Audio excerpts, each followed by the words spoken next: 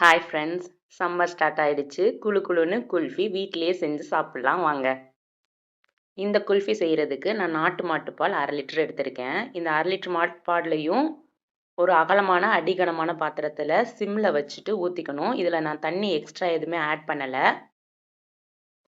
Stove சிம்மில் தான் இருக்கணும். ஒரு கரண்டி வச்சுட்டு இந்த மாதிரி அப்பப்போ கிளறிட்டே இருக்கணும், அடி பிடிக்காமல். பால் நம்ம எடுத்திருக்க 1/2 லிட்டர் பால் வந்து நல்லா கொதிச்சு வற்றி பாதி அளவுக்கு குறையிற அளவுக்கு பார்த்துக்கணும். அந்த ஸ்டேஜில் வந்துட்டு ஒரு பவுலில் 1 டேபிள் ஸ்பூன் கார்ன்ஃப்ளவர் மாவு எடுத்துக்கணும். அந்த கார்ன்ஃப்ளவர் மாவில் பால் எடுத்து ஊற்றி நல்லா கரைச்சிக்கணும். நான் வந்து சூடான பால் எடுத்து ஊற்றி கரைச்சிக்கிட்டேன். நீங்கள் எடுக்கிறப்போ ஆறின பால் கொஞ்சம் பாலை எடுத்து வச்சுக்கிட்டு அதை நல்லா ஆற வச்சுட்டு அதுக்கப்புறமா கார்ன்ஃப்ளவர் மாவில் எடுத்து கரைச்சிக்கோங்க. இப்படி சூடான பாலை ஊற்றினா என்ன ஆகும்னா கட்டி பிடிச்சிக்கும்.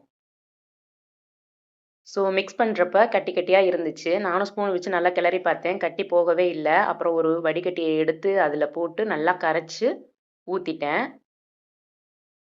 ஸோ நீங்கள் கார்ன்ஃப்ளவர் மாவு கரைக்கிறப்ப ஆறின பால் எடுத்து கரைச்சிக்கோங்க. ஒரு வேளை தெரியாமல் சூடான பாலில் கரைச்சிட்டிங்கன்னா கவலைப்படாதீங்க. என்ன மாதிரி இந்த மாதிரி சல்லடையில் வடிகட்டி வச்சு நல்லா கையால் கரைச்சி விட்டிங்கன்னா சரியாயிடும். அப்படியும் கார்ன்ஃப்ளவர் மாவு போட்ட உடனேவும் நல்லா கிண்ட ஆரம்பிச்சிடணும். ஏன்னா பாலில் சேர்ந்துட்டு இது ரொம்ப அங்கங்கே கட்டியாயிரும். நல்லா கரண்டி வச்சுட்டு அதை ஃபுல்லாகவே நல்லா கிளறி விட்டுகிட்டே இருக்கணும். கை விடாமல் ஒரு 2 நிமிஷத்துலேருந்து 3 நிமிஷம் வரைக்கும் நம்ம கார்ன்ஃப்ளவர் மாவு சேர்த்ததுக்கப்புறமா அங்கே நல்லா கிளறணும். கார்ன்ஃப்ளவர் மாவு எதுக்கு சேர்க்குறோன்னா, நம்ம குல்ஃபி வந்துட்டு நல்லா செட் ஆகி கட்டியாக வர்றதுக்காக தான். நம்ம ஃப்ரீசரில் வைக்கிறப்ப நமக்கு கட்டியாக செட் ஆகி வர்றதுக்காக தான் எடுக்கிறோம். நான் நாட்டு சக்கரை வந்து 70 கிராம் எடுத்திருக்கேன். 1/2 லிட்டர் நாட்டு மாட்டுப்பாலுக்கு 70 கிராம் நாட்டு சக்கரை எடுத்திருக்கேன். இதுவே இனிப்பு கரெக்டாக இருந்துச்சு. இதுக்கு மேலே போட்டாலும் நல்லா இருக்காது. கரெக்டாக 70 கிராம் வந்துட்டு மெஷர் பண்ணி இதில் ஆட் பண்ணியாச்சு. சக்கரை கலந்ததுக்கப்புறமா கொஞ்சம் தண்ணி விட்ட மாதிரி இருக்கும். ஒரு 3 மினிட்ஸ் வந்துட்டு நல்லா கிளறி விட்டுக்கிட்டே இருக்கணும். அப்போ தான் வந்துட்டு பால், கார்ன்ஃப்ளவர் மாவு அப்புறம் சர்க்கரை எல்லாம் செட் ஆகி ஒரு ஸ்டேஜுக்கு வரும்.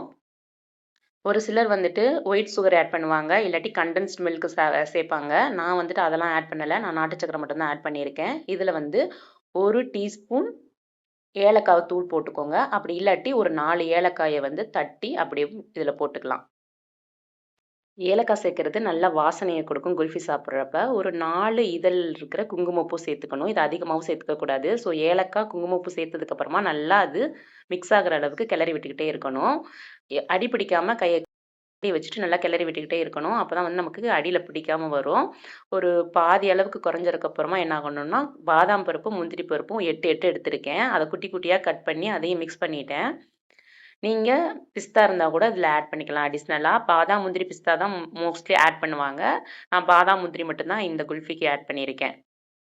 நட்ஸ் சேர்த்ததுக்கப்புறமா ஒரு 2 மினிட்ஸ் கிளறி விடணும். அப்புறமா அடுப்பை ஆஃப் பண்ணிவிட்டு நம்ம தனியாக எடுத்து வச்சிடணும். நல்லா கம்ப்ளீட்டாக ஆறணும். ஆறுனதுக்கப்புறம் தான் நம்ம ஐஸ்கிரீம் மோல்டில் வந்து ஊற்றி வைக்கணும்.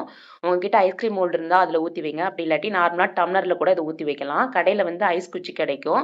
அந்த ஐஸ் ஸ்டிக் வாங்கி மேலே வந்து ஒரு சில்வர் ஃபாயில் இல்லாட்டி அலுமினியம் ஃபாயில் போட்டு கவர் பண்ணி ஒரு ரப்பர் பேண்ட் போட்டுட்டு அதில் வந்துட்டு அந்த ஐஸ் குச்சியை வச்சு நல்லா குத்தி வச்சிட்டோம்னா ஒரு 8 to 12 ஹவர்ஸில் வந்துட்டு நமக்கு வந்து சூப்பரான குல்ஃபி ரெடி ஆயிரும். நமக்கு பிடிச்ச ரெசிபியை நம்ம கையாலேயே செஞ்சு சாப்பிட்றப்ப அதில் இருக்கிற ஒரு சாட்டிஸ்ஃபேக்ஷனே வேறு மாதிரி இருக்கும். குழந்தைங்களுக்கும் செஞ்சு கொடுக்குறப்ப அவங்க ஹாப்பியாக இருக்கிறத பார்த்து நமக்கும் ரொம்ப ஹாப்பியாக இருக்கும். நீங்களும் இதே மாதிரி வீட்டில் செஞ்சு பாருங்கள். ஹெல்த்தியான குல்ஃபி அழகாக செய்யலாம். கரெக்டாக இந்த அளவுக்கு கட்டியாக இருக்கணும். ஒரு தோசை மாவு பதத்துக்கு வர மாதிரி இருக்கணும். அப்போ தான் வந்துட்டு குல்ஃபி வந்துட்டு நல்லா செட் ஆகி வரும். நல்லா ஆற விட்டுறணும்.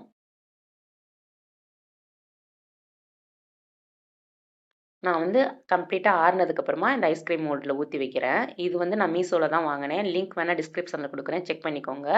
ரேட் வந்து கம்மி தான். ரொம்ப குவாலிட்டி சூப்பர் குவாலிட்டிலாம் சொல்ல முடியாது. இந்த பிளாஸ்டிக் வந்துட்டு ஓகே அப்படிங்கிற மாதிரி தான் இருந்துச்சு. பட் 82 ருபீஸோ என்னமோ தான் ஆச்சுட்டு 6 மோல்டு இருந்துச்சு. இது இந்த குல்ஃபி மாதிரி பண்ணுறத விட நம்ம நார்மலாக தண்ணி ஊற்றி வச்சு இல்லாட்டி ரொம்ப லிக்விடாக ஊற்றி வைக்கிற ஐஸ்க்கு வந்துட்டா இந்த மோல்டு வந்து செட் ஆகும். அப்படியே வந்துட்டு தனியாக வருது அந்த குச்சியோட. குல்ஃபி வச்சு 12 ஹவர்ஸ் கழிச்சு பார்த்தோம். அந்த குச்சி மட்டும் தனியாக வந்துருச்சு. அதுக்கப்புறமா என்ன பண்ணோம்னா இன்னும் கொஞ்சம் நேரம் எக்ஸ்ட்ரா வச்சுட்டு அதுக்கப்புறம் தான் எடுத்தோம். அப்போ தான் வந்து அந்த குச்சியோட வந்துச்சு.